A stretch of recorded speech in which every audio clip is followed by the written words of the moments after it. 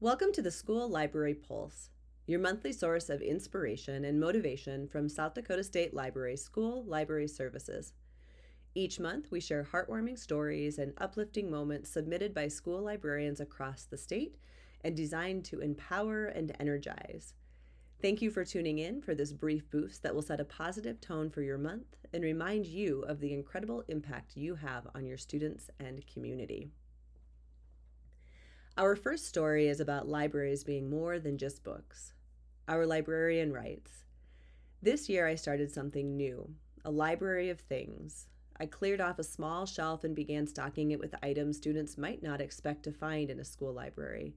Board games, card decks, art supplies, fidget tools, a mini ring light for presentations, even a ukulele. I added a simple checkout system, no overdue fines, just trust. At first, only a few students ventured over to see what it was all about, but now that shelf is one of the busiest corners of the library. A student who was too shy to talk in class borrowed the ring light and filmed the most confident book talk I've ever seen. Another student started checking out a new board game every week and taught her siblings how to play at home. It's not just about the things, it's about providing access, supporting creativity, and reminding students that the library is here for all kinds of learning. The shelf is small, but the impact has been anything but." In our next story, our librarian tells us about her wandering book cart. They share, "Our school schedule leaves some students with very little opportunity to make it to the library. So I started the Wandering Book Cart, my mobile mini library that I roll around to different parts of the building. I stop in the cafeteria during lunch, pop into study halls, and even make surprise appearances in classrooms with the teacher's permission. It's stocked with high interest reads like graphic novels, sports bios, spooky stories, and our most popular nonfiction, something for everyone. Students can check out books right there on the spot, no trip to the library needed. The response? Huge. I've had kids literally chase the cart down the hallway to get their hands on a new book.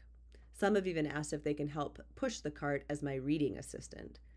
One student told me this is the first book I've read all year, and another, after borrowing his third book of the week, said, I didn't know I liked reading until this. So the library is still there, but now it's moving as well."